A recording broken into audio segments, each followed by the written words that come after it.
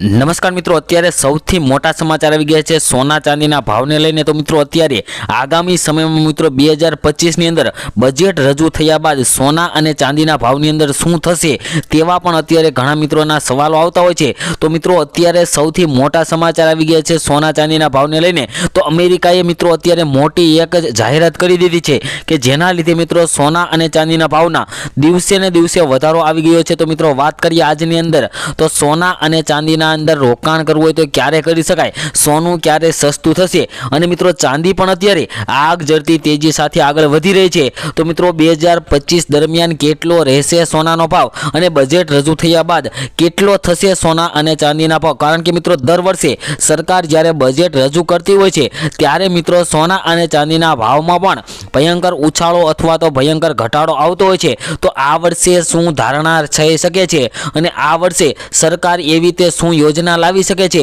કે જેના લીધે બજેટ રજૂ થયા બાદ સોનું સસ્તું થઈ શકે અને સોનું સસ્તું થવાના મુખ્ય કારણો કયા છે તે પણ આપણે આ વિડીયોની અંદર વાત કરવાના છીએ। તો જે મિત્રોને સોના અને ચાંદીની અંદર રોકાણ કરવાનું હોય તેમજ સોના અને ચાંદીની ખરીદી કરવાની હોય, જે મિત્રોના અત્યારે લગ્ન હોય તેવા મિત્રો માટે આ વિડીયો ખૂબ જ મહત્વનો સાબિત થવાનો છે, કારણ કે મિત્રો આ વિડીયોની અંદર આપણે આ તમામ વિડીયોની અંદર વાત કરવાના છીએ માહિતીની। તો મિત્રો સૌપ્રથમ આપણે વાત કરી લઈએ કે 2025ની અંદર બજેટમાં શું ફેરફાર થઈ શકે। તો મિત્રો વાત કરીએ તો દર વખતે સરકાર બજેટમાં અમુક ફેરફાર કરતી રહે છે। આ વખતે પણ બજેટમાં ફેરફાર થવાની આશા મિત્રો દેખાઈ રહી છે। એક આગાહી મુજબ આ વખતે સોનાના ભાવ સસ્તા રહેશે, કારણ કે મિત્રો અત્યારે છેલ્લા કેટલાક દિવસોથી સોના અને ચાંદીના ભાવમાં વધારો આવ્યો છે, કારણ કે મિત્રો 2024માં જ્યારે દિવાળી આવી ત્યારે મિત્રો સોનાના ભાવ 82,000ની સપાટી કૂદાવી હતી, પરંતુ મિત્રો અત્યારે આજના સોના અને ચાંદીના ભાવની વાત કરીએ તો મિત્રો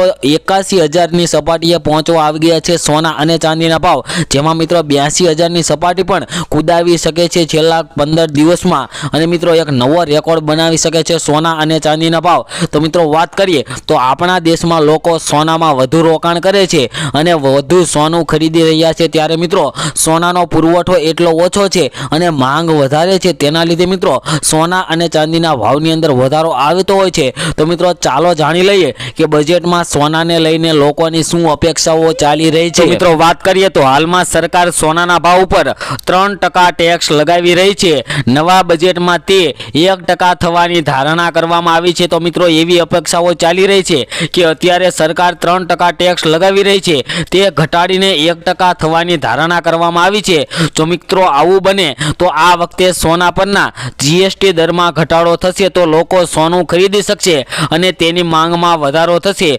લોકોને આશા છે કે આ વખતે આવનારા બજેટમાં સોનાના ભાવમાં ચોક્કસપણે ઘટાડો થશે તેવી લોકોની આશા જોવા મળી રહી છે।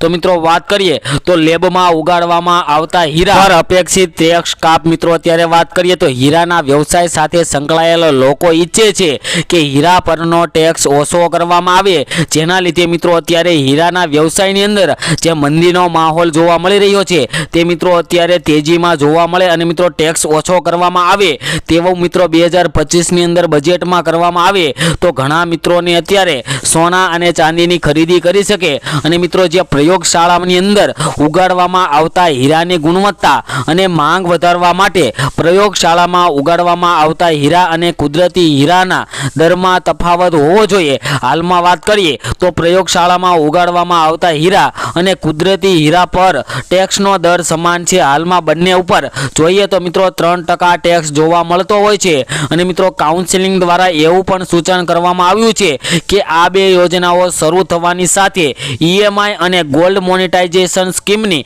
વધુ સુવિધાઓ વધારવી જોઈએ, જેનાથી ગ્રાહકોને સોનું ખરીદવામાં વધારે સરળતા રહે। આ યોજનાઓનો એક ફાયદો એ છે કે તે સ્થાનિક નકામા સોનાના યોગ્ય ઉપયોગને સક્ષમ બનાવશે અને આમ વિદેશી આયાતમાં ઘટાડો કરશે, જેનાથી દેશ અને આત્મનિર્ભર બનશે। જો બેકરીઓ ઓછી થાય, આ સિવાય જો ભારતમાં સોનાનું ઉત્પાદન અને વેચાણ થાય તો દેશની રાષ્ટ્રીય અને માથાદીઠ આવકમાં પણ વધારો થશે અને સોના અને ચાંદીનું પણ વધારેમાં વધારે વેચાણ થઈ શકે છે અને મિત્રો વાત કરીએ તો વિદેશી હુંડિયામણ ઘટશે અને બજારને સારી ગતિ મળશે, કારણ કે મિત્રો અત્યારે વાત કરીએ તો સોના અને ચાંદીના ભાવ 82,000ની સપાટીએ પહોંચવા આવ્યા છે, ત્યારે મિત્રો બજારની અંદર કોઈ ગતિ જોવા મળી નથી રહી અને મિત્રો અત્યારે સોનું ખરીદી પણ પણ નથી રહ્યા લોકો, તો મિત્રો વાત કરીએ તો દેશના લોકો નીચા ભાવે જ્વેલરી પણ ખરીદી શકે. અને મિત્રો આગળ વાત કરીએ તે પહેલાં જે મિત્રો આપણી આ યુટ્યુબ ચેનલ ઉપર નવા હોય તેવા મિત્રો આપણી આ ચેનલને સબસ્ક્રાઇબ કરી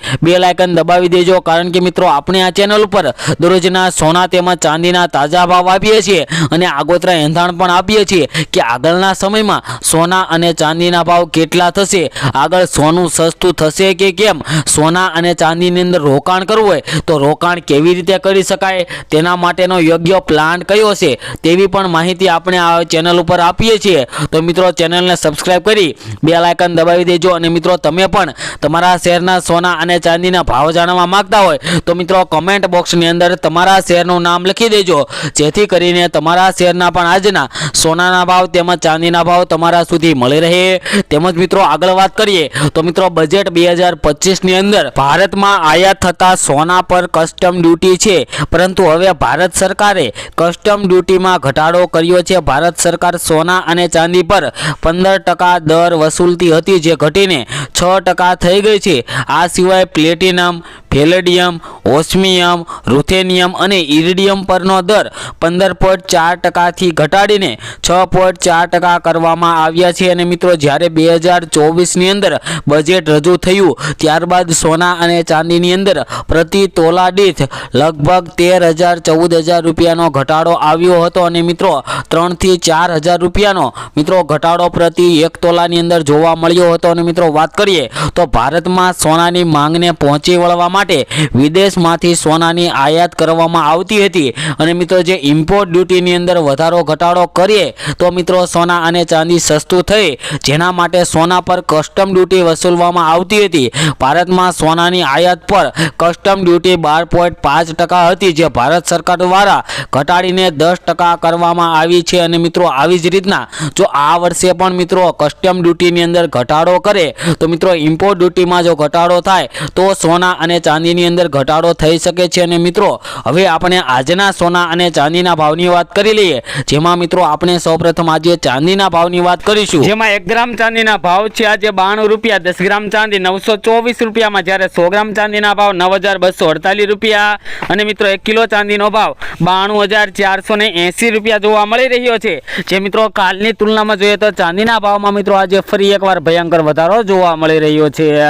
અને મિત્રો હવે આપણે સોનાના ભાવની વાત કરીએ તે પહેલા મિત્રો છેલ્લી 24 કલાકના સોનાના ભાવનો ગ્રાફ જોઈએ તો ગ્રાફમાં પણ મિત્રો તમે જોઈ શકો છો કે આજે ફરી એકવાર સોનાના ભાવમાં વધારો થયો છે. તો આજના સોનાના ભાવની વાત કરીએ, જેની અંદર મિત્રો સૌપ્રથમ 22 કેરેટ સોનાના ભાવ જોઈએ, જેમાં 1 ગ્રામ સોનાના ભાવ છે આજે 9,166 રૂપિયા, 10 ગ્રામ સોનું 91,660 રૂપિયામાં, જ્યારે 100 ગ્રામ સોનાના ભાવ 9,16,600 રૂપિયા જોવા મળી રહ્યા છે. જે મિત્રો કાલની તુલનામાં જોઈએ તો આજે 100 ગ્રામ સોનાના ભાવમાં જે 1,790 રૂપિયાનો ભયંકર વધારો જોવા મળી રહ્યો છે. અને મિત્રો આજના 24 કેરેટ સોનાના ભાવની વાત કરીએ તો 1 ગ્રામ સોનાના ભાવ છે આજે 9,721 રૂપિયા, 10 ગ્રામ સોનું 97,210 રૂપિયામાં, જ્યારે 100 ગ્રામ સોનાના ભાવ 9,72,100 રૂપિયા જોવા મળી રહ્યા છે. જે મિત્રો કાલની તુલનામાં જોઈએ તો આજે 100 ગ્રામ સોનાના ભાવમાં મિત્રો આજે 1,260 રૂપિયાનો ભયંકર વધારો જોવા મળી રહ્યો છે. તેમજ મિત્રો આગામી સમયની અંદર પણ સોના ચાંદીના ભાવને લઈને એક મહત્વના મોટા સમાચાર આવી શકે છે, જેની અંદર મિત્રો આવનારા સમયમાં સોના અને ચાંદીનો ભાવ જે અમેરિકા દ્વારા ફેડ મીટિંગ જાહેરાત કરવામાં આવશે, જેમાં મિત્રો ફેડ વ્યાજ દરની અંદર જો વધારો કરવામાં આવે તો મિત્રો સોના અને ચાંદીના ભાવમાં ઘટાડો થઈ શકે. પરંતુ જો મિત્રો ફેડ વ્યાજ દરની અંદર ઘટાડો થાય તો મિત્રો સોના અને ચાંદીના ભાવની અંદર ફરી એકવાર વધારો આવી શકે તેવી પણ મિત્રો અત્યારે મોટી આગાહી જોવા મળી રહી છે. અને મિત્રો સોના અને ચાંદીનો ભાવ આમ જોઈએ તો મિત્રો અમેરિકા ઉપર નિર્ભર જતો હોય છે, જેમાં મિત્રો અમેરિકાની અંદર જે કંઈ પણ ફેરફારો થતા હોય તેની સીધી અસર સોના અને ચાંદીના ભાવ ઉપર પડતી જોવા મળતી હોય છે. અને મિત્રો વાત કરીએ તો દરરોજના તમે સોના ચાંદીના ભાવ જાણવા માંગતા હોય તો મિત્રો અમારી આ યુટ્યુબ ચેનલને સબસ્ક્રાઇબ કરી દેજો.